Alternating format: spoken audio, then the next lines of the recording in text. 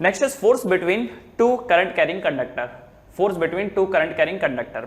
अब आप एक चीज तो जानते ही हैं कि जब जब किसी वायर में करंट फ्लो हो रहा होता है तो वो मैग्नेटिक फील्ड प्रोड्यूस करता है। मान लीजिए ये एक वायर है, इसमें करंट जा रहा है तो ये अपना मैग्नेटिक फील्ड प्रोड्यूस करेगा। इसके साइड में अगर मैं दूसरी वायर ले लूं और इसमें भी अगर करंट दौड़ रहा होगा तो ये अपना मैग्नेटिक फील्ड बनाएगा, ये अपना मैग्नेटिक फील्ड बनाएगा, और दोनों का मैग्नेटिक फील्ड जब आपस में इंटरैक्ट करेगा तो हो सकता है अट्रैक्शन हो और हो सकता है रिपल्शन हो। एक बार फिर समझिए, जब भी किसी वायर में करंट जाता है तो उसके चारों तरफ मैग्नेटिक फील्ड बनता है। ओके, तो इसमें करंट जा रहा है, मैग्नेटिक फील्ड बना रहा है, बिल्कुल। इसमें करंट जा रहा है, यस, क्या ये भी मैग्नेटिक फील्ड बनाएगा? बिल्कुल। तो अगर मैं इन दोनों को आमने सामने रखता हूं तो क्या होगा कि एक वायर दूसरे वायर के ऊपर कुछ ना कुछ तो फोर्स जरूर लगाएगी, मतलब ये दोनों एक दूसरे के ऊपर कुछ ना कुछ फोर्स तो जरूर लगाएंगे। तो हो सकता है इनका फोर्स अट्रैक्टिव हो सकता है इनका फोर्स रिपल्सिव हो, इन दोनों में से कुछ भी हो सकता है। तो वही हम लोग अभी देखने वाले हैं कि what is the force between the two current carrying conductor. दो करंट कैरिंग कंडक्टर है, उनको हमने आमने सामने रख दिया तो इस वजह से वो एक दूसरे के ऊपर कितना फोर्स एक्सर्ट करेंगे। जैसे दो चार्ज पार्टिकल, ये देखिए जरा, यहां पर मान लीजिए ये एक चार्ज पार्टिकल है Q1 और ये दूसरा चार्ज पार्टिकल है Q2। अगर आप इनको नजदीक रख देते हो तो ये दोनों एक दूसरे के ऊपर कुछ ना कुछ फोर्स एक्सर्ट करेंगे। तो कैसे ये फोर्स एक्सर्ट करते हैं? तो देखिए, ये जो पहला वाला है, पहला वाला दूसरे पार्टिकल के ऊपर कुछ ना कुछ इलेक्ट्रिक फील्ड लगाएगा और ये इलेक्ट्रिक फील्ड क्या होगा? E1, है ना। पहला वाला दूसरे वाले के ऊपर फोर्स कैसे लगाएगा? पहला वाला अपना एक इलेक्ट्रिक फील्ड प्रोड्यूस करेगा दूसरे वाले की लोकेशन पे, और वो इलेक्ट्रिक फील्ड क्या है? E1 है। वो इलेक्ट्रिक फील्ड कितना है? E1 है। तो force on charge number 2 due to 1, force on charge number 2 due to 1 क्या होगा? तो चार्ज लेंगे हम लोग सेकंड वाले का और इलेक्ट्रिक फील्ड लेंगे फर्स्ट वाले का। फोर्स ऑन 2 ड्यू टू 1 क्या होगा? चार्ज ऑफ सेकंड वाला एंड इलेक्ट्रिक फील्ड किसका? पहला वाले का। इलेक्ट्रिक फील्ड किसका? पहले वाले का। तो याद रखिएगा, पहला वाला सेकंड वाले चार्ज के ऊपर फोर्स कैसे लगाएगा? इलेक्ट्रिक फील्ड की हेल्प से, इलेक्ट्रिक फील्ड की हेल्प से। तो सेकंड वाले का हम चार्ज लेंगे तो पहले वाले का इलेक्ट्रिक फील्ड लेंगे। और यही अगर मैं बोलूं F12, अगर मैं ये बोलूं कि पहले वाले के ऊपर कितना फोर्स पड़ रहा है तो मुझे दूसरे वाले का इलेक्ट्रिक फील्ड लेना पड़ेगा। तो ये जो दूसरा चार्ज पार्टिकल है वो पहले वाले की जगह पर कितना इलेक्ट्रिक फील्ड बनाएगा? E2 बनाएगा, है ना। कितना बनाएगा? E2 बनाएगा। तो चार्ज Q1 लूंगा मैं, चार्ज मैं Q1 लूंगा और इलेक्ट्रिक फील्ड किसका लूंगा? दूसरे वाले का। तो Q1 into E2, Q1 into E2, right. तो सेम एक्सप्रेशन हम लोग यहां पर भी यूज करेंगे, not expression sorry, same logic यहां पर यूज करेंगे। तो देखो दो वायर दिखाई दे रही है, ये वायर नंबर 1 एंड ये वायर नंबर 2। तो वायर नंबर 1 क्या करेगा? अपना मैग्नेटिक फील्ड प्रोड्यूस करेगा, किसकी जगह पर? दूसरे वाले वायर की जगह पर, और वो उसके ऊपर फोर्स लगाएगा। तो जिस तरीके से यहां पर चार्ज पार्टिकल के मामले में आपने फोर्स का फॉर्मूला लगाया था F इक्वल टू QE, यहां हम लोग फॉर्मूला लगाएंगे F इक्वल टू ILB। यहां पर हम लोग क्या फॉर्मूला लगाएंगे? F equal to ILB। तो देखिए यहां पर वायर नंबर 1 का हम ले रहे हैं मैग्नेटिक फील्ड, है ना। क्यों? क्योंकि देखो मैं यहां पर निकालने जा रहा हूं force on wire 2 due to wire 1। Basically मैं ये निकालने जा रहा हूं F21। मैं क्या निकालने जा रहा हूं? F21, मतलब force on wire 2 due to wire 1। इसके लिए मैं मैग्नेटिक फील्ड लूंगा वायर 1 का, जैसे मैंने यहां पर अभी आपको दिखाया था। मैं दिखाना चाहता हूं कि what is the force on 2 due to 1। तो चार्ज मैं 2 वाले का लूंगा और इलेक्ट्रिक फील्ड किसका लूंगा? 1 वाले का। उसी तरीके से मैं यहां पर क्या दिखा रहा हूं? Force on wire 2 due to 1। तो 1 वाले का मैं लूंगा मैग्नेटिक फील्ड एंड सेकंड वाले का क्या लूंगा मैं? करंट एलिमेंट, है ना। तो B1 क्या हो जाएगा? तो B1 देखिए, B1 मतलब magnetic field because of wire 1। तो मैग्नेटिक फील्ड का फॉर्मूला क्या पड़ा था? म्यू नॉट I1, है ना, क्योंकि वायर 1 कितना मैग्नेटिक फील्ड प्रोड्यूस करेगा? Mu naught I1 divided by 2 pi distance. तो वायर 2 में जो मैग्नेटिक फील्ड प्रोड्यूस करेगा that will B mu naught I1 divided by 2 pi D.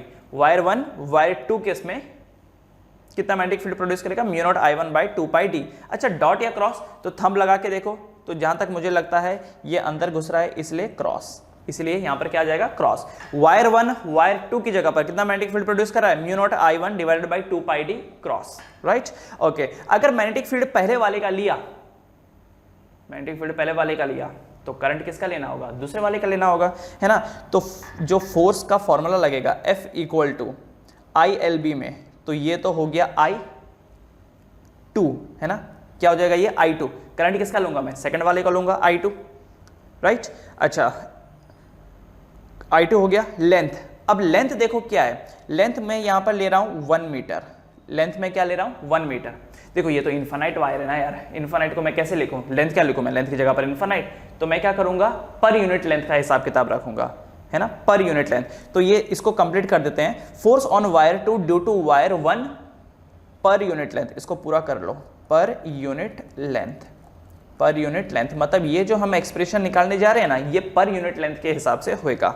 तो ये बन गया I2 इंटू लेंथ की जगह पर 1 कर दिया, एंड यहां पर क्या हो जाएगा ये B1, क्योंकि मैं F21 निकालने जा रहा हूं। तो F21 के लिए करंट मैं लूंगा I2 का, उसके बाद जो लेंथ होगी वो 1 होगी, एंड जो मैग्नेटिक फील्ड होगा वो B1 होगा। तो चलो ये देख लेते हैं, ये क्या बन जाएगा, this becomes as F21 equal to I2, B1 की जगह पर क्या आ जाएगा, mu naught I1 divided by 2 pi d। मैंने क्या किया, इसकी वैल्यू को यहाँ पे सब्स्टिट्यूट कर दी।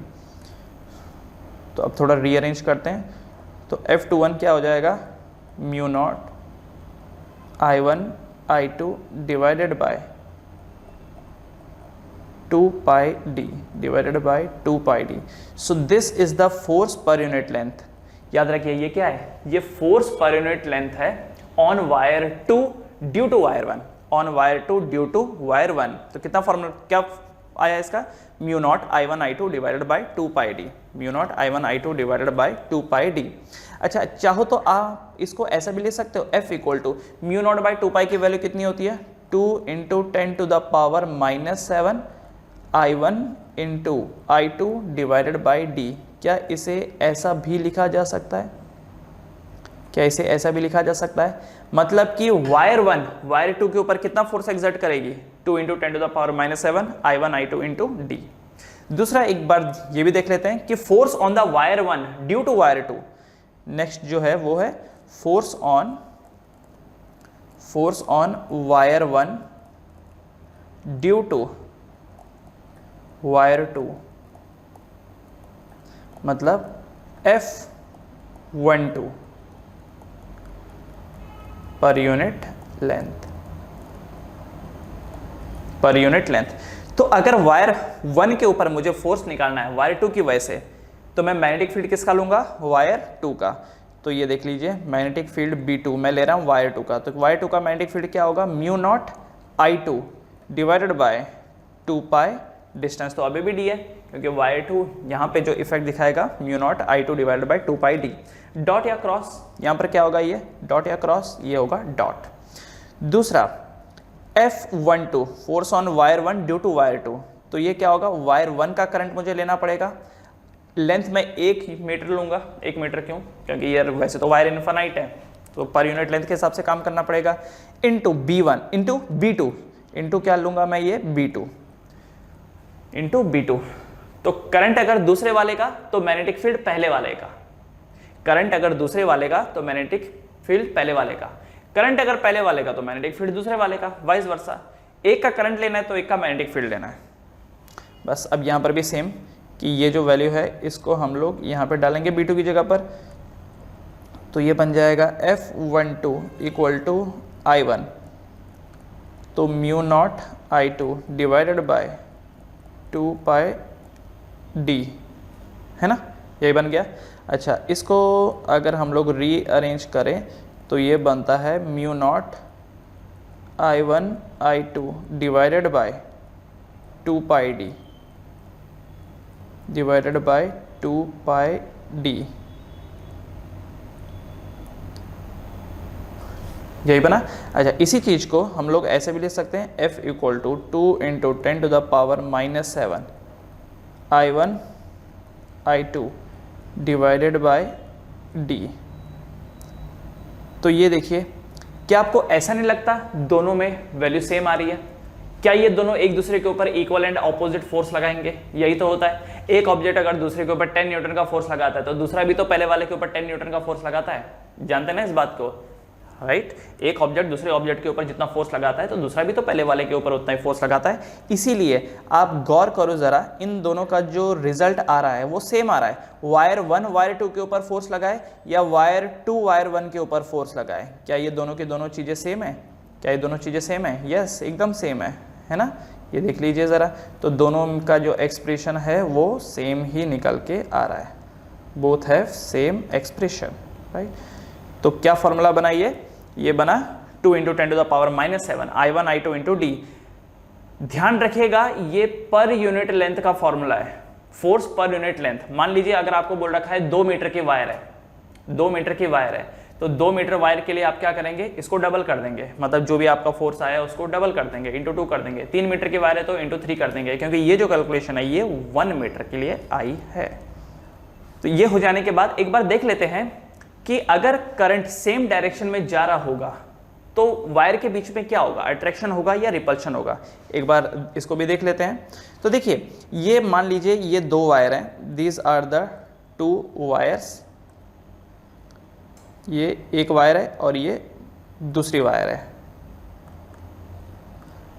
ये लीजिए। तो this is 1 wire and this is the second wire. ये देखिए, ये 2 वायर आपको दिख रही है, इसमें करंट सेम डायरेक्शन में जा रहा है, इसमें करंट सेम डायरेक्शन में जा रहा है। ये है I1, ये है I2, I1 I2।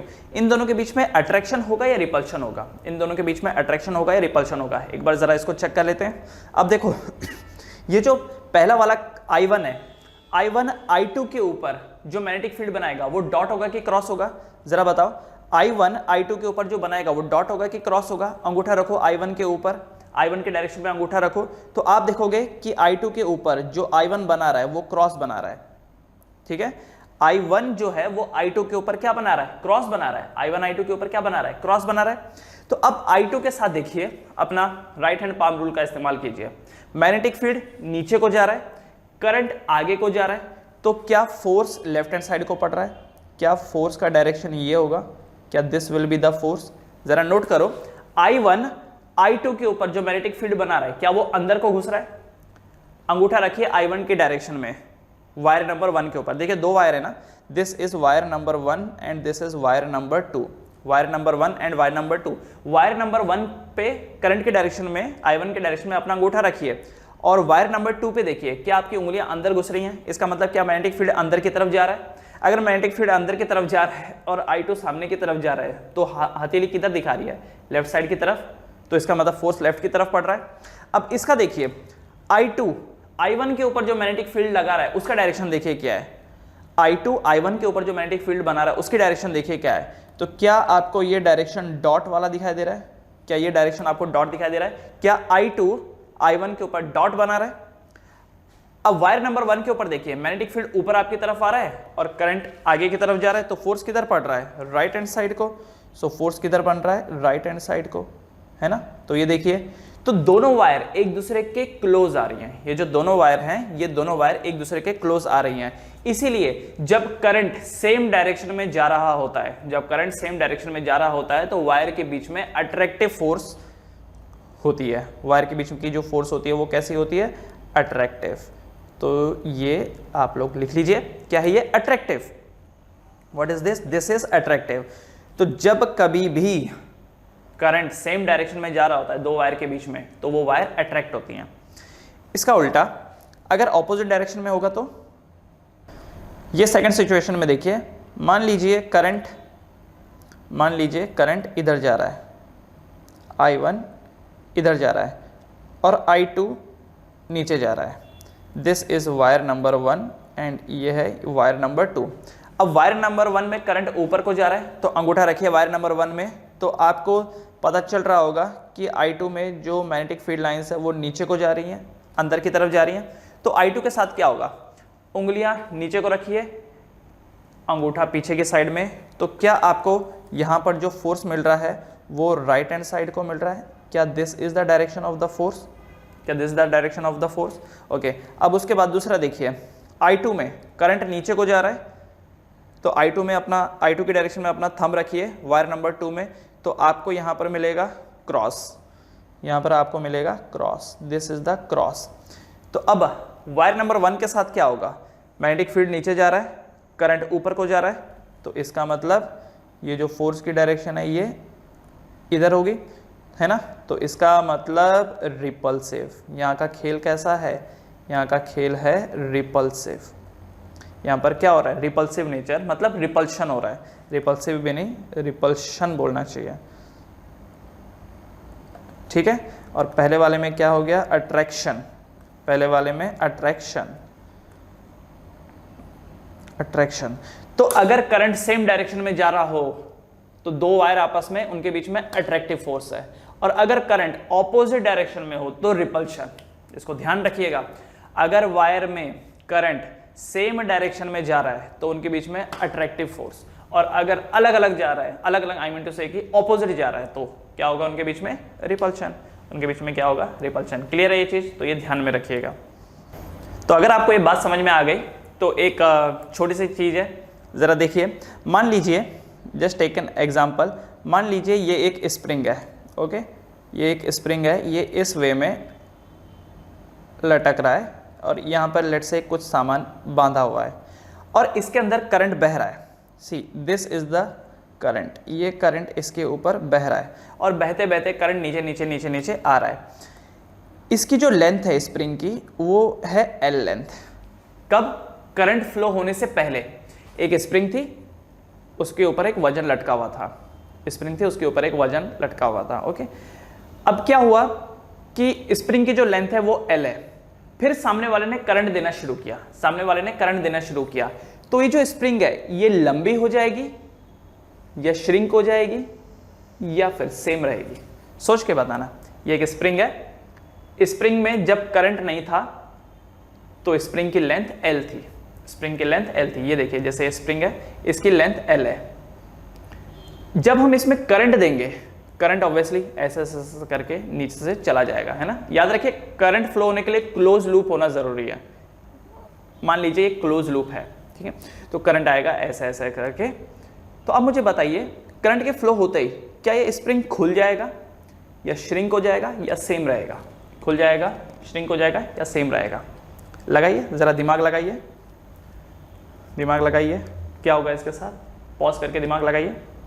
चलिए देखें, तो आंसर इज श्रिंक हो जाएगा। ये जो स्प्रिंग है इसकी लेंथ कम हो जाएगी, जो नई लेंथ है वो कम हो जाएगी, मतलब कि ये जो एल डैश होगा, नया length will be smaller than पुराना लेंथ। क्यों ऐसा, जरा समझिए। करंट आया तो यहाँ पर देखिए, यहाँ पर करंट का डायरेक्शन कैसा है, राइट साइड की तरफ, फिर करंट गोल घूम करके जब यहाँ पर आया तो करंट का डायरेक्शन कैसा है, राइट हैंड साइड की तरफ। ये देख रहे हो, करंट का डायरेक्शन कैसा है, राइट हैंड साइड की तरफ। यहाँ पर भी करंट का डायरेक्शन क्या है, राइट हैंड साइड की तरफ। अगर नहीं दिखाई दे रहा है तो यहाँ पर बना देता हूँ मैं, ये देखो, डायग्राम को मैं इधर बना देता हूँ। ये देखो, ये वायर कुछ ऐसी जाएगी, फिर कुछ ऐसी, है ना, ये देख रहे हो, इस वे में। तो ये जो करंट जब ऊपर से आया तो यहाँ पर देखिए ऐसा गया, फिर यहाँ से गोल घूम करके वापस इधर आया, फिर गोल घूम करके वापस इधर। तो डोंट यू थिंक सो कि करंट सेम पैरेलल उसमें जा रहा है ना, भले ही वो एक ही करंट है, ये यही जा रहा है ऐसे ऐसा करके। तो जो डायरेक्शन राइट साइड की तरफ, ये ऊपर वाले पार्ट में, वही नीचे वाले मिडल वाले पार्ट में, वही नीचे वाले पार्ट में, तो क्या करंट सेम डायरेक्शन में जा रहा है? यस। अगर करंट सेम डायरेक्शन में जाएगा, अगर करंट सेम डायरेक्शन में जाएगा तो ये जो लेंथ है, ये जो डिस्टेंस है, स्प्रिंग के बीच का जो गैप है, ये रिड्यूस हो जाएगा। स्प्रिंग के बीच का जो गैप है वो रिड्यूस हो जाएगा, इसलिए नया लेंथ पुराने लेंथ के मुकाबले कम होगा, मतलब स्प्रिंग श्रिंक हो जाएगा, क्योंकि वायर में फोर्स ऑफ अट्रैक्शन आ जाएगा। क्यों फोर्स ऑफ अट्रैक्शन आ जाएगा? क्योंकि करंट एक ही डायरेक्शन में जा रहा है, क्योंकि करंट एक ही डायरेक्शन में जा रहा है, इसलिए। समझ गए? करंट एक ही डायरेक्शन में जा रहा है। किसी भी दो पॉइंट पे देख लीजिए, देख रहे हो, ये दोनों के दोनों रेड रेड एक ही डायरेक्शन में जा रहे हैं, तो उनके बीच में होगा अट्रैक्शन और वो दोनों क्लोज आ जाएंगे। करेक्ट। दूसरा, मान लीजिए मैग्नेटिक फील्ड में एक वायर को रखा हुआ है, मान लीजिए एक रैंडम लूप है, लूप है वो रैंडम है। ये देखिए कुछ ऐसा है, ये देखो यहाँ पर ये लूप कुछ ऐसा है, ओके। आपने इसमें करंट देना शुरू किया, आपने इसमें करंट देना शुरू किया, तो आप नोटिस करेंगे थोड़ी देर बाद ये सर्कुलर हो जाएगा, थोड़ी देर बाद ये परफेक्ट सर्कुलर हो जाएगा। कैसा? इस वे में सर्कुलर हो जाएगा। क्यों हो जाएगा? जरा नोट कीजिए।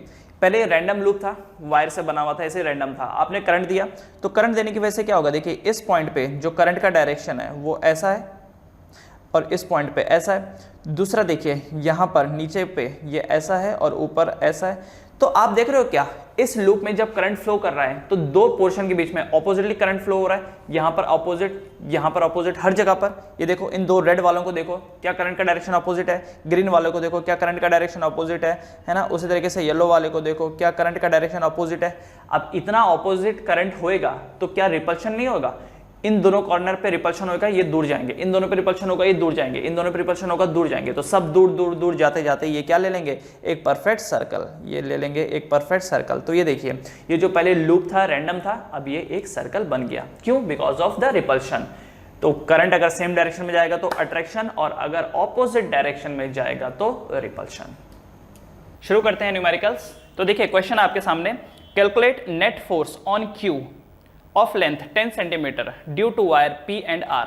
आपको यहाँ पे तीन वायर दिखाई दे रही होगी, P, Q, R। P में करंट है 30 एम्पियर का ऊपर के डायरेक्शन में, Q में करंट है 10 एम्पियर का डाउनवर्ड डायरेक्शन में, एंड R में करंट है 20 एम्पियर का अपवर्ड डायरेक्शन में।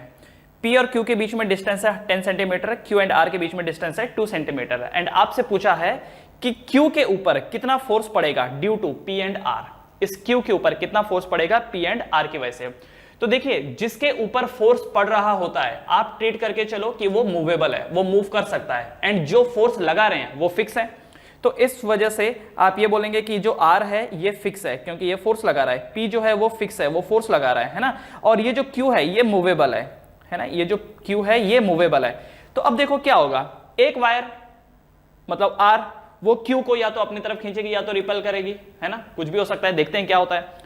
सिमिलरली P Q के ऊपर कुछ ना कुछ फोर्स लगाएगा, हो सकता है अट्रैक्टिव फोर्स हो सकता है रिपल्सिव हो, तो अल्टीमेटली क्या होगा वो अभी हम लोग देखने वाले हैं। तो चलिए देखें।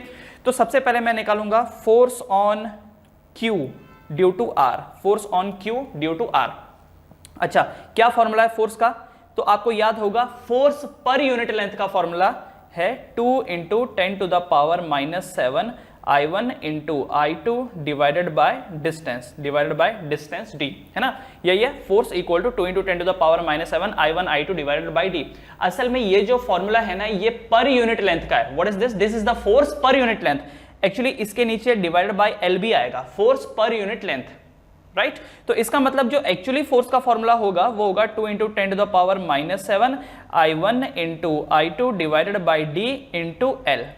आपने ये जो फॉर्मूला पढ़ा था ना 2 × 10⁻⁻7 I1 I2 divided by d, इसमें याद होगा आपने वायर की लेंथ को एज ए 1 यूनिट ट्रीट किया था, BIL में जो लेंथ ऑफ द वायर है उसको 1 यूनिट ट्रीट किया था। इस वजह से आपने बोला था कि ये जो फोर्स है ये पर यूनिट लेंथ है। अब हर वायर का जो लेंथ है वो ऐसा तो नहीं होगा ना कि पता नहीं है, उस वक्त तो पता नहीं था इसलिए हमने लेंथ को 1 ट्रीट किया था। यहां पर तो हमको दिया हुआ है कि ये जो वायर है वायर की लेंथ 10 सेंटीमीटर है, तो इसलिए हम क्या करेंगे, ये जो डिवाइड बाय L है उसको राइट हैंड साइड में लेके जाएंगे और मल्टीप्लाई कर देंगे, उससे हमको टोटल फोर्स मिल जाएगा, टोटल फोर्स मिल जाएगा।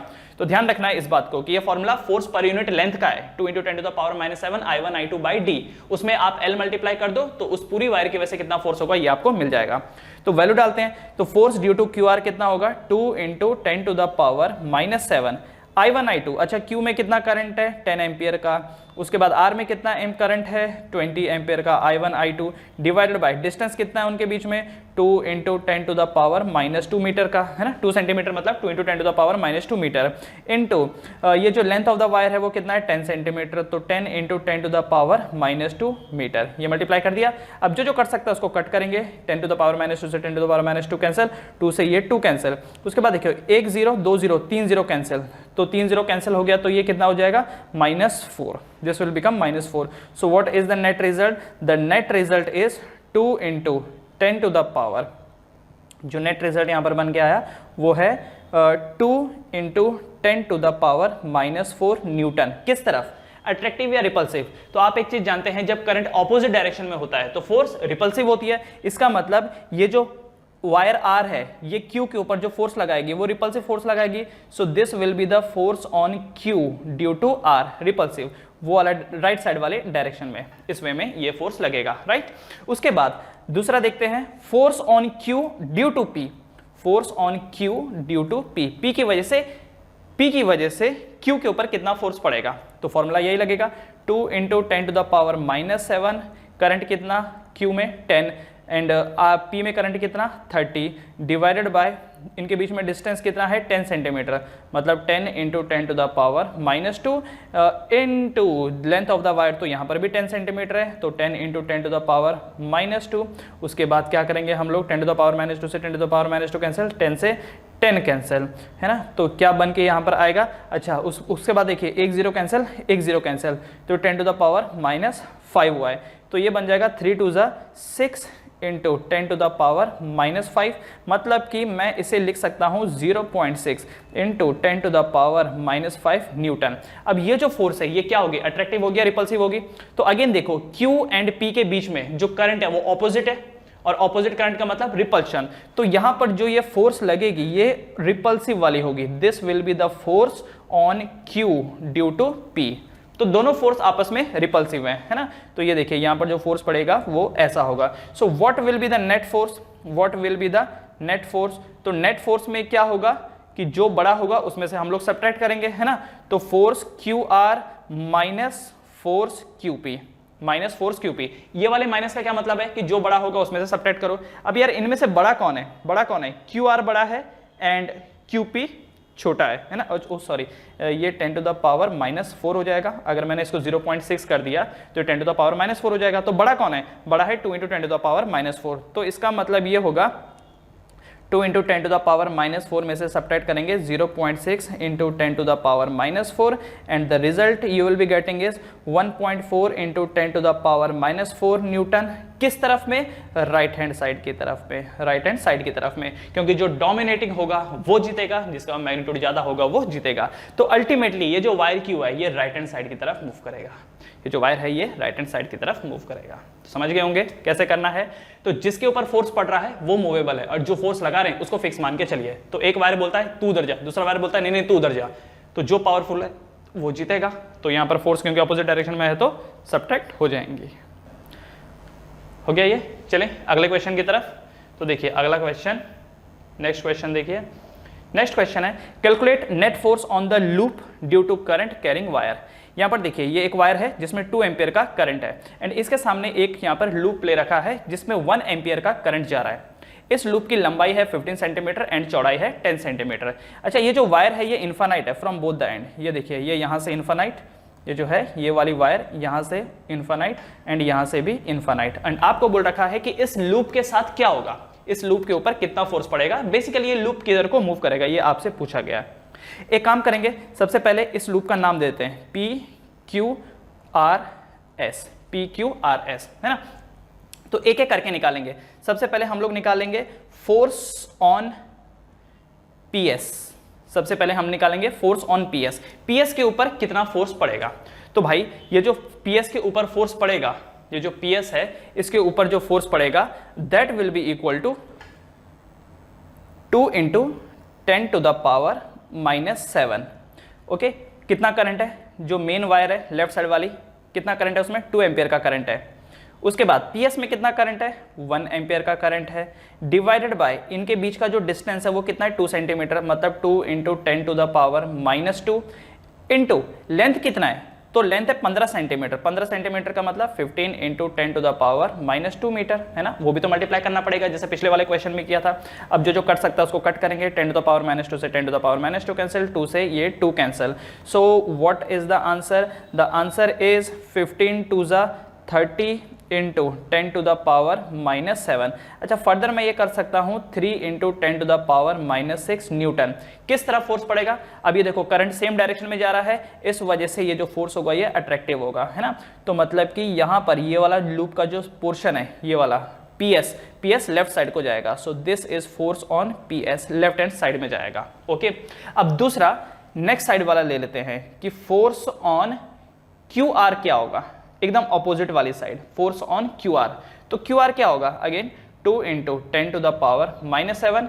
मेन वायर में करंट है 2 एम्पियर का, इसमें करंट है 1 एम्पियर का, डिवाइडेड बाय जो डिस्टेंस है तो 2 सेंटीमीटर प्लस 10 सेंटीमीटर कितना हो गया 12 सेंटीमीटर है ना। ये देखो ना ये जो डिस्टेंस है यहाँ से लेकर के यहाँ तक कितना हो गया 2 + 10 12 सेंटीमीटर का डिस्टेंस हो गया।